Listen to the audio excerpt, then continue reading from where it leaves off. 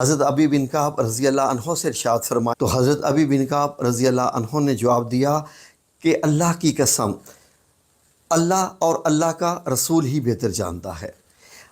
نبی کریم صلی اللہ علیہ وآلہ وسلم نے تھوڑے سے وقفے کے بعد دوبارہ یہ سوال پوچھا، یا ابو المنذر، کیا تم جانتے ہو کہ کتاب اللہ یعنی قرآن پاک میں ایک ایسی آیت ہے جو بہت عظیم ہے؟ تو حضرت ابی بن کعب رضی اللہ عنہ نے جواب دیا، اللہ لا الہ الا هو الحی القیوم۔ یہ آپ کو معلوم ہے کہ آیت الکرسی کی جو آیت ہے اس کا پہلا ہے، اور سورہ جو آل عمران ہے وہ اسی سے ہی شروع ہوتی ہے۔ تو ناظرین، اس کے بعد نبی کریم صلی اللہ علیہ وآلہ وسلم نے حضرت ابی بن کعب کے سینے پہ ہاتھ رکھا اور کیا ارشاد فرمایا، اللہ کی قسم یا ابو المنذر، تمہیں یہ علم مبارک ہو۔ یہ کون سا علم تھا جس کی مبارکباد نبی کریم صلی اللہ علیہ وآلہ وسلم نے حضرت ابی بن کعب رضی اللہ عنہ کو دی تھی؟ ناظرین، اگر آپ غور کریں تو ایک ہی سوال دو دفعہ دہرایا گیا۔ پہلے جواب میں حضرت ابی بن کعب رضی اللہ عنہ نے ٹھیک ارشاد فرمایا، ٹھیک جواب دیا کہ مجھے علم نہیں ہے، اللہ اور اللہ کا رسول جانتا ہے۔ لیکن تھوڑی دیر میں ایسا کیا ہو گیا کہ اس کے بعد حضرت ابی بن کعب رضی اللہ عنہ نے یہ آیت پڑھ کے بتایا کہ یہ والی آیت قرآن پاک کی سب سے عظیم ترین آیت ہے، اور نبی کریم صلی اللہ علیہ وسلم نے ان کے سینے پہ ہاتھ رکھا اور مبارکباد دے دی۔ ناظرین، یہ ایک خاص علم تھا۔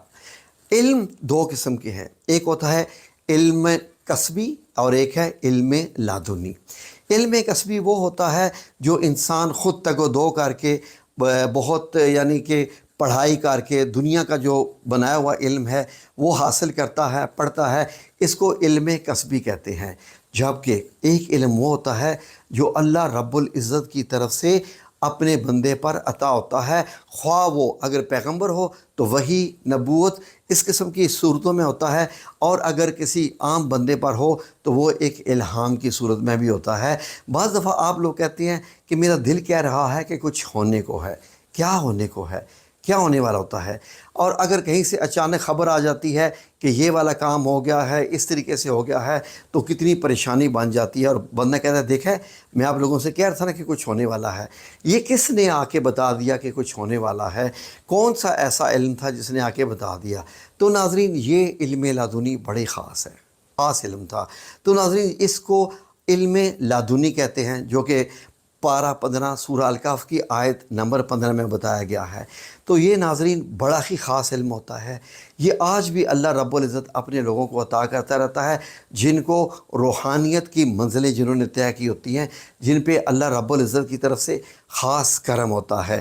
لوگ یہاں پر علم حاصل کرتے ہیں تو پھر بتاتے ہیں کہ بارش ہونی ہے یا نہیں، یا اس کے بعد جو ایسٹرولوجر ہے وہ ستاروں کی جو موومنٹ ہوتی ہے، سیاروں کی جو موومنٹ ہوتی ہے، اس کے ذریعے بتاتے ہیں کہ یہ سیارہ اس سیارے کے مدار میں داخل ہو گیا ہے، اس کے گھر میں آ گیا ہے، تو جب یہ ہوتا ہے تو غضب ہوتا ہے، جھگڑا ہوتا ہے، وغیرہ وغیرہ اس قسم کے علم ہوتے ہیں۔ ان میں یہ علم لادنی نہیں ہے۔ علم لادنی یہ ہے کہ کسی بندے کے پاس اس چیز کے بارے میں علم ہو ہی نہ جس کے بارے میں وہ بتا رہا ہو کہ وہ جگہ ایسی ہے، وہ چیز ایسی ہے، یا ایسا معاملہ ہے